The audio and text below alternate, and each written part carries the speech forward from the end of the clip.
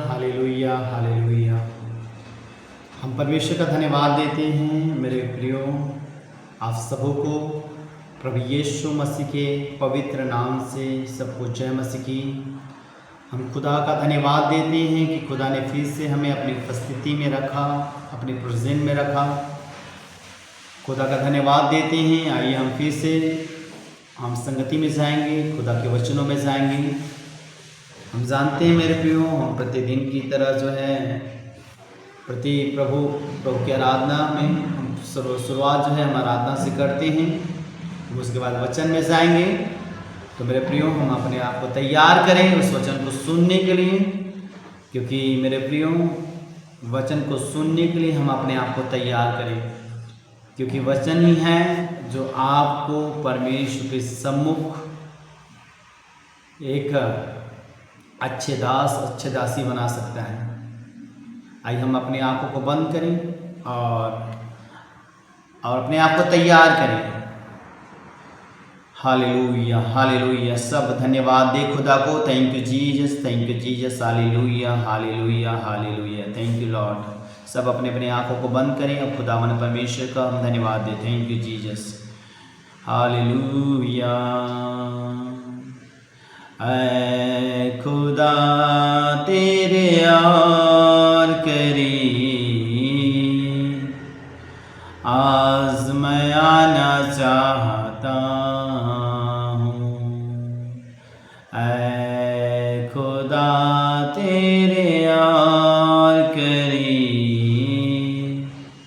आज़माना चाहता हूँ। सभी बोले, ऐ खुदा तेरे और करीब आज़माना चाहता हूँ। जहाँ से मैं तुझे देख सकूँ, जहाँ से मैं तुझे सुन सकूँ, जहाँ से मैं तुझे देख सकूँ, जहाँ से मैं तेरी सुन सकूँ।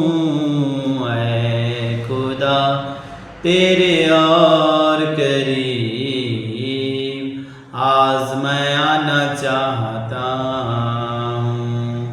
ऐ मसीह तेरे और करीब आज़माना चाहता हूँ।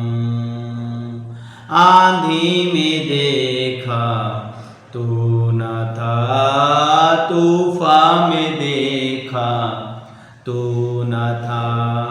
आंधी में देखा तू न था, तूफान में देखा तू न था।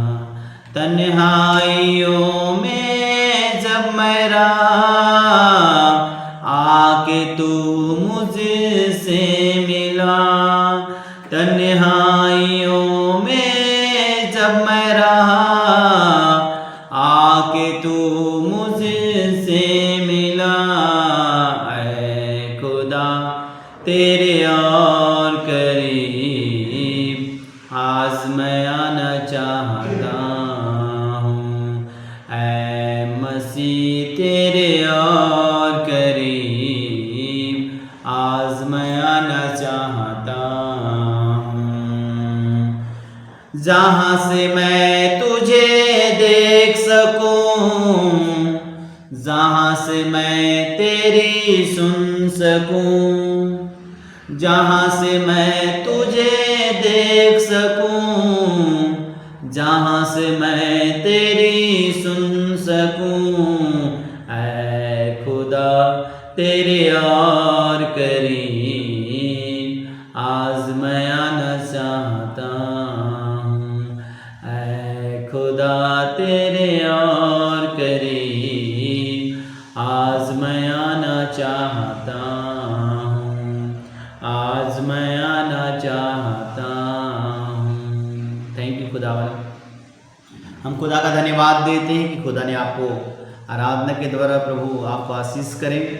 आइए हम सुंदर वचनों की ओर जाएंगे, पवित्र वचनों की ओर जाएंगे। क्योंकि परमेश्वर ने आप सबों को, मैं आशा रखता हूँ कि तैयार कर दिया है। आप परमेश्वर के करीब आ चुके हैं। क्योंकि मेरे प्रियो, अगर आपको ज़्यादा से ज़्यादा करीबी आना है तो आपको वचन पे ध्यान लगाना पड़ेगा, वचन पे मन लगाना पड़ेगा और वचन में दिल लगाना पड़ेगा। अगर आपका मन, आपका दिल, आपका हृदय अगर परमेश्वर की ओर नहीं है तो आप परमेश्वर के करीब नहीं जा सकते, न परमेश्वर की आवाज़ों को सुन सकते हैं, न परमेश्वर को देख सकते हैं। Hallelujah, hallelujah. मेरे प्रियो, आइए आज की जो हम वचन है उस बातों को आज मनन करेंगे। आइए सभी लोग निकालें, अपने अपने पवित्र शास्त्र बाइबल से निकालेंगे, दानियल की पुस्तक निकालेंगे और पढ़ेंगे 6 अध्याय और 22 पद हम मिल के पढ़ेंगे। आइए हम पढ़ेंगे 6 अध्याय उसका 22, सभी लोग निकाल लेंगे और अपनी अपनी बाइबल से पढ़ेंगे। मैं अपनी बाइबल से पढ़ रहा हूँ, आप लोग सुनेंगे और आप लोग भी पढ़ें ताकि आपको भी खुदा जो है बातें करें। 6 का 22, दानियल 6 का 22। मेरे परमेश्वर ने अपना दूत भेजकर सिंहों के मुंह को ऐसा बंद कर रखा कि उन्होंने मेरी कुछ भी हानि नहीं की। इसका कारण यह है कि मैं उसके सामने निर्दोष पाया गया और हे राजा, तेरे सम्मुख भी मैंने कोई भूल नहीं की। Hallelujah, hallelujah. आप लोग जानते हो मेरे प्रियो, यह घटना आप लोगों को, सभी लोगों को पता होगा कि घटना कहाँ का है। आप लोगों को पता है कि दानियल को शेर के मान में डाल दिया गया था। ये उस समय की घटना था। क्यों डाल दिया गया था? क्योंकि उसने सिर्फ वो अपने खुदा की ही इबादत करता था। इसलिए वहाँ पे एक आज्ञा निकला था कि राजा को छोड़ और दूसरों को परमेश्वर, दूसरों की आराधना ना करने की। लेकिन दानियल एक ईमानदार था, निर्दोष था, ईमानदार भी था, परमेश्वर में दृढ़ था, मजबूत था। इसीलिए मेरे प्रियो, वह परमेश्वर की आराधना करना नहीं छोड़ा, क्योंकि उसे पता था वचन में कि वचन कहता है कि मुझे छोड़कर दूसरों को परमेश्वर करके ना मानना। उसने वचन जानता था मेरे प्रियो कि मुझे छोड़कर दूसरों को दंडवत ना करना, दूसरों की उपासना ना करना। इसीलिए मेरे प्रियो, दानियल जो है निर्दोष परमेश्वर के सम्मुख रहा। इसीलिए बाइबल बताती है जब उसे शेर के मान में डाल दिया गया तो मेरे प्रियो, शेर का जबड़ा बंद हो गया और शेर का मुंह बंद हो गया। उसे कोई भी हानि नहीं पहुंचा सका। क्यों? क्योंकि परमेश्वर के सम्मुख निर्दोष जीवन जीता था। आज की टॉपिक है, आप लोग सब लोग लिख लेंगे, निर्दोष जीवन जी। क्या? निर्दोष जीवन जी। क्योंकि मेरे प्रियो, हम जब बाइबल में देखते हैं इफिसियों में 5:27 में कि परमेश्वर को कैसी कलीसिया चाहिए? निर्दोष, निष्पाप और निष्कलंक कलीसिया चाहिए। यीशु मसीह का आने का उद्देश्य वही है कि वो अपने लोगों को निर्दोष बनाए। क्योंकि यीशु मसीह का आने का उद्देश्य था कि वो पापियों को बचाएं और जितने दोषी है उसे निर्दोष बनाएं। क्योंकि आपको पता है कि बाइबल क्या कहती है, जब हम रोमी 3:30 पढ़ते हैं, वहां क्या, सबने पाप किया, परमेश्वर की महिमा से क्या हो गए? रहित हो गए, पापी ठहर गए, दोषी ठहर गए। इसलिए परमेश्वर ने जगत से ऐसा प्रेम किया कि उसने अपने इकलौता पुत्र दे दिया। और पुत्र कोई और नहीं, प्रभु यीशु मसीह है, जो हमारे पापों के लिए मर गया, गाड़ा गया, तीसरे दिन मुर्दों में से जी उठा मेरे प्रिय। और सारे पाप को, सारे अपराध को, सारे गुनाह को, सारे दोष को अपने ऊपर ले लिया।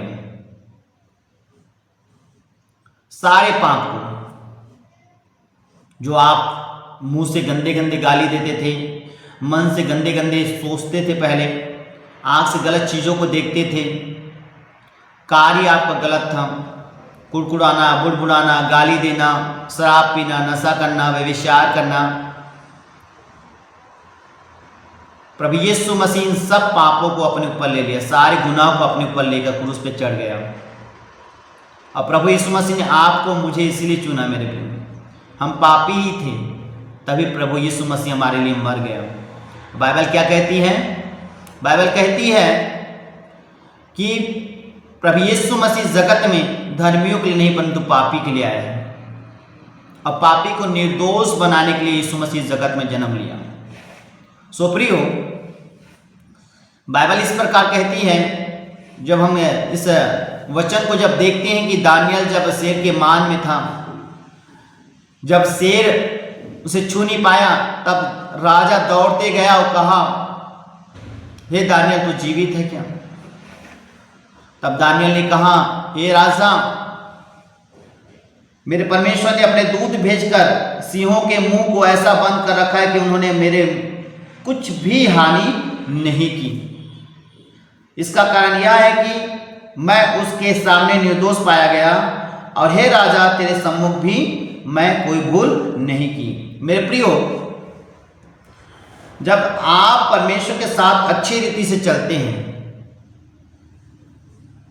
उसकी आज्ञा को मानते हैं और निर्दोष जीवन जीते हैं, उसकी आज्ञा को मानते हैं और निर्दोष जीवन जीते हैं, तब जो भी आपको नीचा करना चाहता है वह आपको ऊंचा होते हुए देखेगा, वह आपको ऊंचा होते हुए देखता है। अगर आप परमेश्वर के सामने, परमेश्वर के उपस्थिति में एक निर्दोष जीवन जीते हैं और अच्छी रीति से परमेश्वर में चलते हैं, तो परमेश्वर जो है, जो आपको नीचा करना चाहता है, उसके सामने परमेश्वर जो है आपको ऊंचा करता है। बाइबल में जब हम दानियल की पुस्तक देखते हैं मेरे प्रियो, 6 अध्याय, मैं 4 पद पढ़ूंगा, में लिखा है, आप लोग भी निकाल लेंगे, दानियल 4:6, तो वहां पे लिखा, तब अध्यक्ष और अधिपति और राजकार्य के विषय में दानियल के विरुद्ध दोष ढूंढने लगे, परंतु वह विश्वास योग्य था, उसके काम में कोई भूल या दोष न निकला, और वे ऐसा कोई अपराध या दोष न पा सके। तब वे लोग कहने लगे कि हम उस दानियल के परमेश्वर की व्यवस्था को छोड़ और किसी विषय में उसके विरुद्ध कोई दोष नहीं पा सकते। तब वे अध्यक्ष और अधिपति राजा के पास उतावली से आए और उससे कहा, हे राजा दारा, तू युग युग जीवित रहे। राज्य के सारे अध्यक्षों ने और हाकिमों ने, अधिपतियों ने, न्यायियों और गवर्नर ने भी आपस में सहमति की कि राजा ऐसे आज्ञा दे और ऐसी कड़ी आज्ञा निकाले कि 30 दिन तक जो कोई हे राजा तुझे छोड़ किसी और मनुष्य या देवता की विनती करे, वह सिंहों के मान में डाल दिया जाएगा। इसलिए अब हे राजा ऐसे आज्ञा दे और इस पत्र पर हस्ताक्षर कर, जिससे यह बात मादियों और फरसियों की अटल व्यवस्था के अनुसार बदली ना जा सके। तब राजा ने उसे आज्ञा पत्र पर हस्ताक्षर कर दिया। हालेलुया। मेरे प्रियो, हम जानते हैं कि दानियल जो है विश्वास योग्य था और उसके काम में कोई भूल या दोष ना निकला, क्योंकि वहां के अधिपतियों ने देखा इसमें तो कोई गलती नहीं है, कोई दोष नहीं है, ये दानियल पूरी तरह निर्दोष है, विश्वास योग्य है, कोई भूल या कोई दोष उसके अंदर नहीं निकल गया, कोई अपराध नहीं निकल गया। दानियल के साथियों ने जो उसके नफरत करते थे उसको नीचा करने के लिए एक योजना बनाई और राजा ने कहा कि राजा 30 दिन तक तेरे राज्य में तुझे छोड़कर अलग कोई किसी परमेश्वर की उपासना करे तो वह सिंहों की मान में क्या कर दिया, डाल दिया जाएगा। राजा ने भी मुहर लगा दी कि ठीक है। और जब दानियल रोज की तरह 3 दिन में 3 बार परमेश्वर के सामने प्रार्थना करता था, तब उन्होंने राजा को आज्ञा निकालने के लिए कहा था। उन्होंने दानियल को परमेश्वर के सामने प्रार्थना करते देखा और उन्होंने राजा के पास जाकर सारी बात बताई और यह सुनकर राजा ने दानियल को सिंह के मान में डाल दिया गया। मेरे प्रियो, दानियल 3 बार परमेश्वर की उपासना करने वाला, परमेश्वर से प्रार्थना करने वाले व्यक्ति था। वो परमेश्वर के विश्वास योग्य, पवित्र, निर्दोष व्यक्ति था। लेकिन उनके विरोधियों ने, उनके दुश्मनों ने उन्हें एक षड्यंत्र किया, योजना बनाया कि हम दानियल को किसमें डाल दिया जाए, दानियल को हम फंसाएं, क्योंकि वो अपने परमेश्वर को नहीं छोड़ सकता, परमेश्वर की उपासना करना नहीं छोड़ सकता। वो लोग जानते थे मेरे प्रियो। इसलिए यह षड्यंत्र रचा राजा के सामने कि तुझे छोड़कर कोई दूसरों की उपासना न करे। लेकिन दानियल 3 बार जो है परमेश्वर की उपस्थिति में जाता था, प्रार्थना करता था। यह देख कर जो है राजा से चुगली किया, और राजा ने क्या किया, दानियल को शेर के मान में डाल दिया गया। मेरे प्रियो, दानियल को सिंह ने कुछ भी नुकसान नहीं पहुंचाया और कुछ भी हानि नहीं की। इसका मतलब यह है कि दानियल परमेश्वर के सामने निर्दोष पाया गया। जिन्होंने दानियल की चुगली की थी, राजा ने उनके घराने समेत उन्हीं के सिंहों की मान में डाल दिया, और सिंहों ने उन्हें फाड़ खाया। उन्होंने दानियल को खत्म करने की योजना बनाई थी, पर वह दानियल की कुछ भी हानि ना कर पाया, क्योंकि वह परमेश्वर के सामने निर्दोष था। उसने कभी भी कोई पाप नहीं किया था। मेरे प्रियो, आप जानते हैं कि परमेश्वर के दास जो है दानियल जो है कोई भी गुनाह या कोई भी पाप नहीं किया था। इसलिए परमेश्वर ने, है ना, परमेश्वर ने उन्हें बचाया शेर के मान से, क्योंकि निर्दोष था, एक निर्दोष जीने वाला।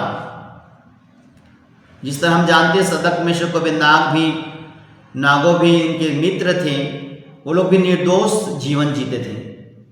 इसलिए उसे जब आग में डाल दिया गया तो बाइबल क्या बताती, आग उसे छू नहीं पाया, आग की कोई लौ उसे छू नहीं पाया। क्यों? क्योंकि वो निर्दोष जीवन जीने वाले व्यक्ति थे। आपको पता है कि जब वहां के राजा ने कहा, नबूकदनेस्सर ने कहा कि इस मूरत के सामने अगर कोई घुटना नहीं टेकेगा उसे आग के भट्ठे में डाल दिया जाएगा। लेकिन मेरे प्रियो, उसके जो मित्र थे, दानियल के मित्र, तीनों मित्र थे, उन्होंने उस मूरत के सामने घुटना नहीं टेकी, निर्दोष, क्योंकि वो जानते थे, वचन को जानते थे मेरे प्रियो, कि मुझे छोड़कर दूसरों को दंडवत ना करना, ना किसी मूरत की दंडवत करना। इसीलिए मेरे प्रियो, उन्होंने मूरत को दंडवत नहीं किया, उस राजा के बनाई हुई बड़ी मूरत को दंडवत नहीं किया। क्यों? क्योंकि वो लोग परमेश्वर की आज्ञाओं में चलने वाले व्यक्ति थे, निर्दोष व्यक्ति थे। वो परमेश्वर को प्रसन्न करते थे, प्रसन्न करने वाला जीवन जीता था परमेश्वर को। अब बाइबल बताती है मेरे प्रियो कि आग उसे छू नहीं पाया, आग उसे टच नहीं कर पाया। मैं आपको बता देना चाहता हूं मेरे प्रियो कि अगर आप भी अपने जीवन में एक निर्दोषता का जीवन जीते हैं, परमेश्वर के सम्मुख की विश्वास योग्य जीवन जीते हैं, कोई भी आफत आपको छू नहीं पाएगी, कोई भी आफत, क्योंकि परमेश्वर जो है निर्दोष लोगों को बचाता है। जब आप जान गए, वचन को जान गए, वचन को जान गया कि पाप करना, पाप की मजदूरी मृत्यु है, पाप करना परमेश्वर को भाता नहीं है, परमेश्वर पाप करने वाले को पसंद नहीं करता है, तो आपको मेरे प्रियो एक निर्दोष जीवन जीना पड़ेगा। अगर आप चाहते हो कि आपके विरोधी के सामने आपका सर ऊंचा हो, आपका पद ऊंचा हो, तो मेरे प्रियो आपको भी परमेश्वर के सम्मुख निर्दोष जीवन जीना पड़ेगा।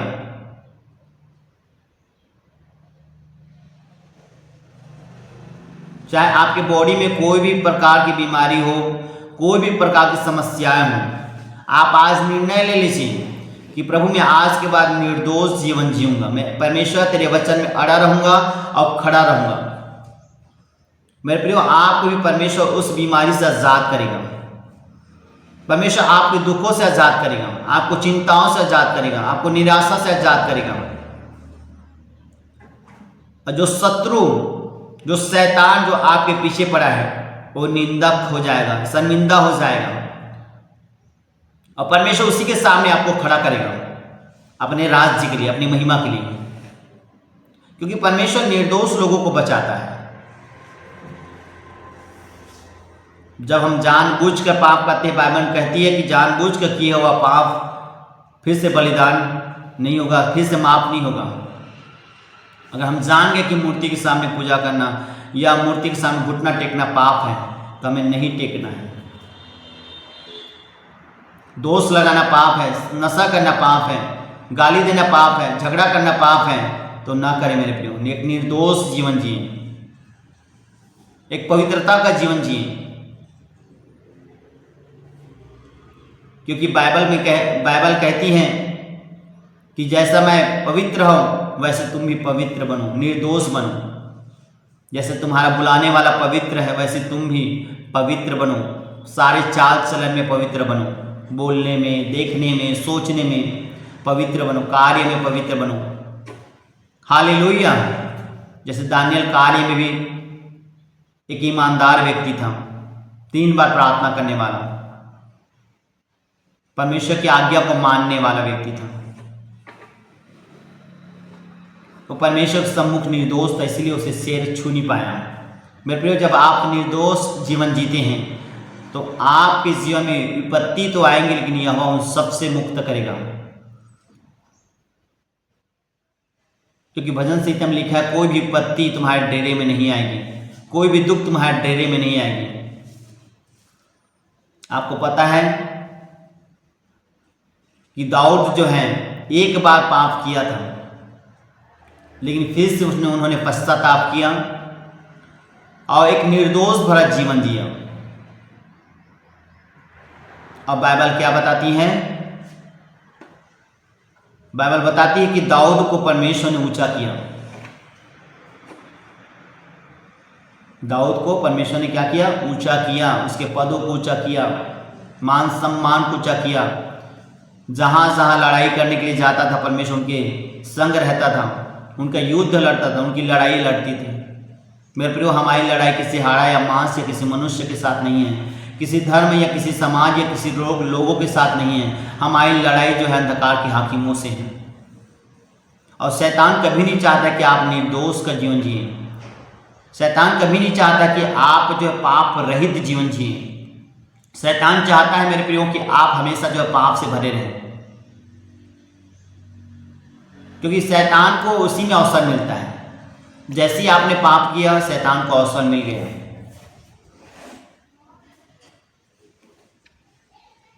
शैतान तो आरंभ से ही पापी है ना, और शैतान चाहता है कि मनुष्य जो है मेरे जैसे बन जाए, पाप की दशा में जीवन जिए। लेकिन मेरे प्रियो, यीशु मसीह जगत में आपके पाप के लिए मर गया, आपके पाप के लिए गाड़ा गया, आपके पाप के लिए तीसरा दिन मुर्दों में से जी उठा, ताकि आप निर्दोष हो जाएं, हम निर्दोष हो जाएं। आज हम अधिकता देखते हैं मेरे प्रियो कि मसीह में आने के बाद भी आज लोग जो है निराशा में है, दुखों में है, बीमारियों में है, समस्याओं में। क्यों? क्योंकि अभी भी उनका जीवन जो है निर्दोष का जीवन नहीं है, विश्वास योग्य जीवन नहीं जी रहे हैं, परमेश्वर के सामने अच्छी रीति से जीवन नहीं जी रहे हैं। इसीलिए उनका जीवन जो है अभी भी दुखों से है, अभी भी बीमारी से हैं, अभी भी तकलीफों से हैं, अभी भी समस्याओं में जूझ रहे हैं। क्यों? क्योंकि वह निर्दोष का जीवन नहीं जी रहे हैं। आपको पता है ना कि निनवे शहर को नष्ट क्यों करने की प्लानिंग किया था परमेश्वर ने? क्यों? क्योंकि उसके सामने जो दोषी थे सब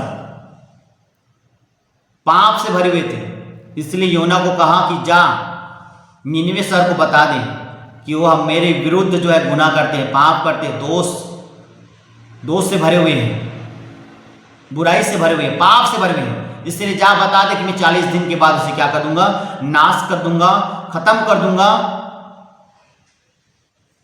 तब बाइबल क्या बताती है कि सबने पश्चाताप किया। अब बाइबल बताती है मेरे प्रियो, 3:10 में लिखा है, जब देखते हैं तो योना नबी की पुस्तक में वहां पे लिखा है, सब अपने अपने कुकर्म से फिरने लगे। तब परमेश्वर ने अपनी योजना को बदल दिया।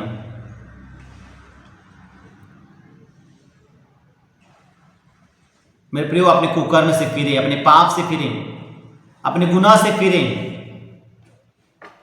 जो परमेश्वर की दृष्टि में बुरा है।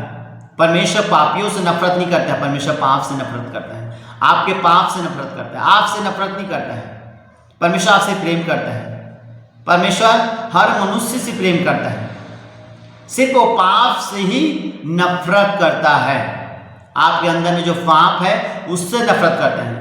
जो आप बुरा बोलते हैं, बुरा देखते हैं, बुरा सोचते हैं, बुरा कार्य करते हैं, नशा करते हैं, व्यभिचार करते हैं, कुकर्म करते हैं, अधर्म करते हैं, मुंह से गलत शब्द निकालते हैं, गुड़ाखुर घसते हैं, माखुर खाते हैं, बीड़ी पीते हैं, सिगरेट पीते हैं, पाप में जाते हैं, नाचते हैं, तब परमेश्वर को बुरा लगता है।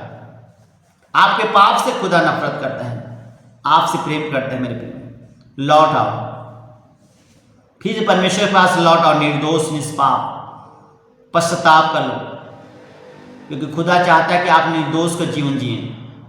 आज अधिकता जो है हम देखते हैं कि विश्वासियों के जीवन में यह पाप भरा हुआ है, इसलिए आज भी वह दुख और पीड़ा में है। कभी फाइनेंस की समस्याएं, तो कभी शारीरिक समस्याएं, चाहे मानसिक परेशानी समस्याएं, इसी में जूझे हुए हैं। क्यों? क्योंकि निर्दोष जीवन नहीं जीते हैं। हम बाइबल में देखते हैं जो जिन्होंने परमेश्वर के सामने निर्दोष जीवन जिया, परमेश्वर ने उसका पद ऊंचा किया। जैसे यूसुफ को देख लीजिए, यूसुफ जो है एक नौकर था, लेकिन परमेश्वर के सामने निर्दोष जीवन जीता था, और परमेश्वर ने वहाँ का मंत्री बना दिया।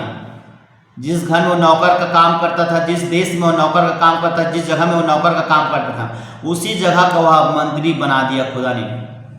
आमीन, हालेलुया। मेरे प्रियो, आप भी अगर निर्दोष जीवन जीते हैं तो परमेश्वर आपके पदों को ऊंचा करेगा, आपके कामों को ऊंचा करेगा, आपके परिस्थितियों से आपको निकालेगा, आपके हालात से निकालेगा। चाहे आप कोई भी हालात में हो, चाहे बीमारी के, चाहे गरीबी के, चाहे कर्ज के, चाहे दुखों के, चाहे शैतान के ग्रसित हो, आप निश्चित है कि आप आजाद हो जाएंगे। बस आपका जीवन परमेश्वर के सामने निर्दोष होनी चाहिए। आप निर्दोष जीवन जिए, निष्पाप, क्योंकि परमेश्वर चाहता है उनकी कलीसियाएं जो है निर्दोष और निष्पाप रहें, निष्कलंक रहें। जब हम निकालते हैं मेरे प्रियो, इफिसियों के 5 के 27 सब निकालेंगे।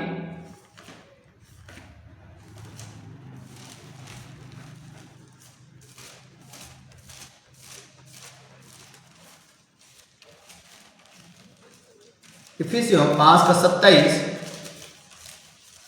आपके सामने पढ़ रहा हूं, आप सुनिए। और उसे एक ऐसी तेजस्वी कलीसिया बनाकर अपने पास खड़ी करें, जिसमें न कलम, न झोली, न कोई ऐसी वस्तु हो, वह पवित्र निर्दोष हो, कहता है।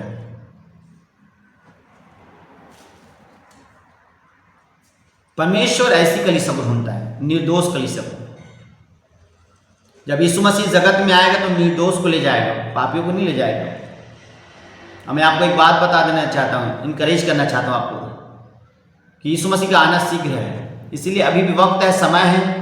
मेरे प्रिय जनों, मेरे प्रिय भाइयों, आप लोग चाहे पास्टर हो, चाहे विश्वासी हो, सब मन फिरा लें।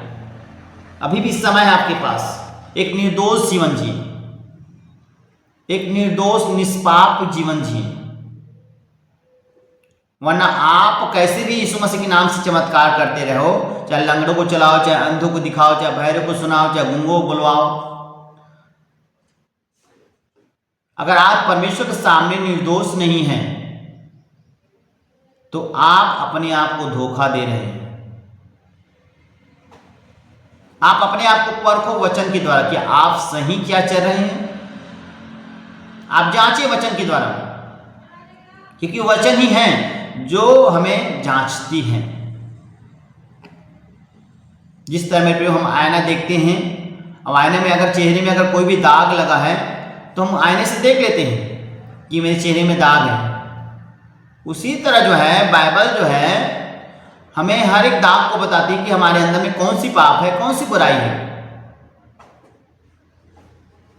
ये आईना है हमारे लिए। यीशु मसीह जो है इस जगत में आया, निर्दोष और निष्पाप रहा, उन्हें मन में भी पाप नहीं किया। इसलिए यीशु ने कहा जैसा मेरा स्वभाव है वैसे तुम्हारा भी क्या होनी चाहिए, स्वभाव होनी चाहिए, तुम्हारे भी चरित्र होना चाहिए, तुम्हारा गुण होना चाहिए। Hallelujah, hallelujah.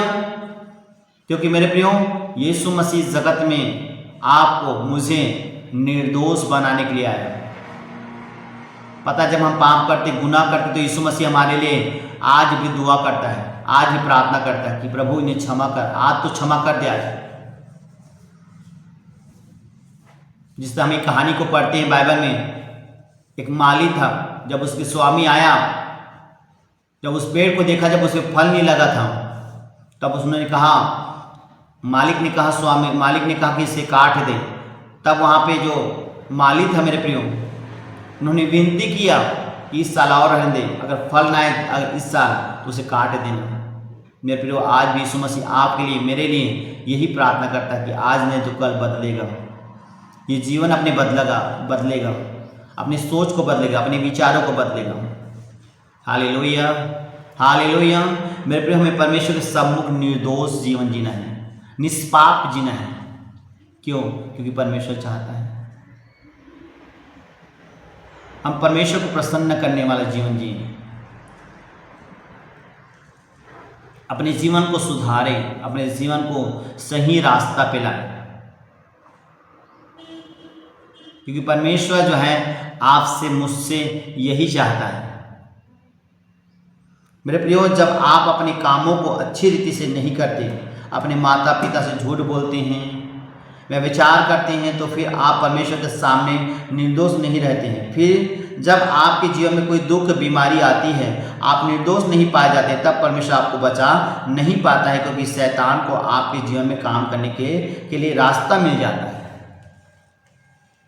लेकिन जब आप परमेश्वर के साथ वफादारी से चलते हैं, आप परमेश्वर के सामने निर्दोष पाए जाते हैं, तब कोई भी आपका नुकसान नहीं कर पाता है, और जो आपको गिराना चाहता है वह आपको और ऊंचा होते हुए देखता है। मेरे को आपकी लाइफ सेम नहीं रहती है।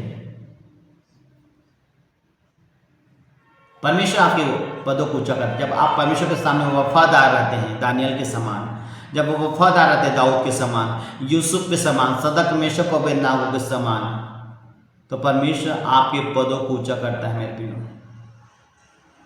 परमेश्वर आपको बढ़ाता है। Hallelujah, hallelujah. आज निर्णय ले लीजिए कि आज मैं निर्दोष भरा जीवन जीऊंगा परमेश्वर के सम्मुख। हालेलुया। परमेश्वर आपको आशीष करेगा, परमेश्वर आपको बढ़ाएगा, आपको उन्नति करेगा। आइए सभी लोग मेरे प्रियो अपने आप को कहे कि प्रभु मैं आज के बाद मैं निर्दोष जीवन जीऊंगा। प्रभु मैं मुंह से कभी भी गाली नहीं दूंगा, कभी भी अपशब्द नहीं बोलूंगा, मैं किसी के बारे में गलत नहीं सोचूंगा, ना मैं किसी के बारे में गलत समझूंगा, ना तो मैं देखूंगा ना सुनूंगा।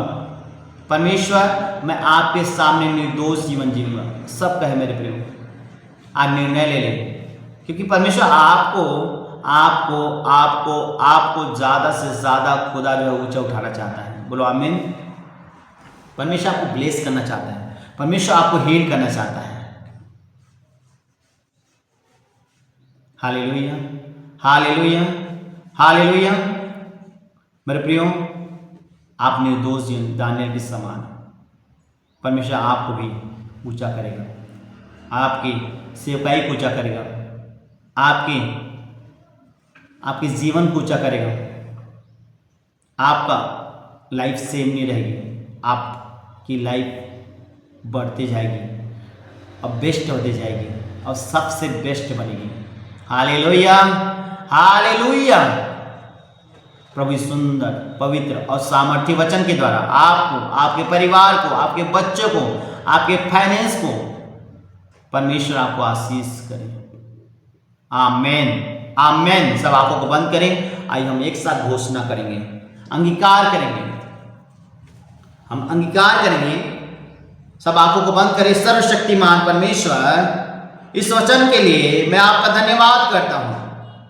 पिता मैं अंगीकार करता हूँ कि मैं पवित्रताई वाला जीवन जीऊंगा और हर एक काम के प्रति वफादार रहूंगा, ताकि मैं आपके कामों को अच्छी रीति से के साथ कर सकूं। प्रभु यीशु मसीह के नाम में आमीन आमीन। सब आंखों को बंद करें, मैं आपके लिए दुआ करना चाहता हूं। खुदा परमेश्वर पिता, जितने लोग प्रभु जी पिता मेरे खुदा इस वचन को सुने हैं मेरे खुदावन, और प्यारे प्रभु जितने लोगों ने निर्णय लिया कि मैं पवित्र जीवन जीऊंगा, निर्दोष जीवन जीऊंगा, परमेश्वर के सामने वफादारी भरा जीवन जीऊंगा, मेरे प्यारे प्रभु जी इनके जीवन में पिता यह वचन 1000 गुना फल को लेके आया। प्रभु जी प्यारे प्रभु, मैं तमाम लोगों के लिए प्रार्थना करता हूँ, सब लोग जितने लोग इस वचन को सुन रहे हैं, अगर कोई बीमार है, अगर कोई रोगी है तो उस जगह में हाथ रखिए। परमेश्वर आपको हील करने जा रहा है, परमेश्वर आपको चंगा करेगा यीशु के सामर्थ्य नाम में। हर एक बीमारी को मैं डांटता हूं, निकालते समय के सामर्थ्य नाम में आउट हो जाओ, होली गोस्ट फायर से आउट हो जाओ। सारी बीमारियों को मैं डांटता हूं, निकालता हूं समय के सामर्थ्य नाम में। जाओ गंदी आत्माएं, इनके जीवन से आउट हो जाओ। हर एक नशा कराने वाली आत्माएं आउट हो जाओ, पाप कराने वाली आत्माएं आउट हो जाओ, बीमारी वाली आत्माएं आउट हो जाओ, दोषी बनाने वाली आत्माएं आउट हो जाओ। जाओ यीशु मसीह के नाम से निकल जाओ, इनके जीवन से, इनके परिवार से, इनके फैमिली से आउट हो जाओ, इनके फाइनेंस से आउट हो जाओ, इनके लाइफ से आउट हो जाओ, इनके बच्चों के जीवन से आउट हो जाओ यीशु के सामर्थ्य नाम में। आउट आउट आउट हो जाओ यीशु के नाम में। मैं तुम्हें घुड़कता हूं, जाओ गंदी आत्माएं, यीशु के सामर्थ्य नाम में जाओ, इनके जीवन से आउट हो जाओ, क्योंकि वचन में लिखा है उनके कोड़े खाने से मैं चंगा हो गया हूं। परमेश्वर तेरे वचन में लिखा है, यीशु के नाम में मैं होली गोस्ट फायर करता हूं इनके जीवन में, फायर इनके लाइफ में, इनके जीवन में, इनके हड्डियों में, इनके मांसपेशियों में, इनके लाइफ में, इनके फाइनेंस में, इनके बच्चों के जीवन में होली गोस्ट फायर यीशु के नाम में, यीशु के सामर्थ्य नाम में, यीशु के सामर्थ्य नाम में। ये बड़ी गवाही के साथ वापस लौटे, ये बड़ी बड़ी टेस्ट मनी के साथ वापस लौटे यीशु के नाम में। इनका लाइफ अब सेम ना रहे यीशु के नाम में। मैं घोषणा करता हूं, मैं भविष्यवाणी करता हूं, यीशु के सामर्थ्य नाम में आपको परमेश्वर ऊंचा उठाने जा रहा है। परमेश्वर आपके लिए मार्ग खोलने जा रहा है। परमेश्वर आपके लिए एक बड़ी योजना को रखा है। मैं घोषणा करता हूं, परमेश्वर आपको आपके शत्रु के सामने आपको ऊंचा करने जा रहे हैं यीशु के नाम में, यीशु के नाम में। परमेश्वर आपके फाइनेंस को बढ़ा रहे हैं, परमेश्वर आपको जॉब दे रहे हैं, परमेश्वर एक ब्लेसिंग को दे रहे हैं, आपको हीलिंग दे रहे हैं परमेश्वर। मैं घोषणा करता हूं, मैं डिक्लेयर करता हूं यीशु मसीह के सामर्थ्य नाम में, यीशु के सामर्थ्य नाम में, यीशु के सामर्थ्य नाम में। Thank you Jesus, thank you Jesus. धन्यवाद देते हैं खुदा परमेश्वर को, आपके सुंदर पवित्र और सामर्थ्य वचन के लिए खुदा तेरा धन्यवाद देते हैं। खुदा तेरा धन्यवाद यीशु के सामर्थ्य नाम में। आमीन आमीन आमीन। सब कहे हालेलुया, सब थैंक यू करें, धन्यवाद दे खुदा को। Thank you Jesus, thank you Jesus, thank you Jesus. Hallelujah hallelujah hallelujah hallelujah hallelujah. परमेश्वर आपको, आपके परिवार को आशीषित करें। सबको जय मसीह की, जय मसीह की, जय मसीह की। सबको जय मसीह की।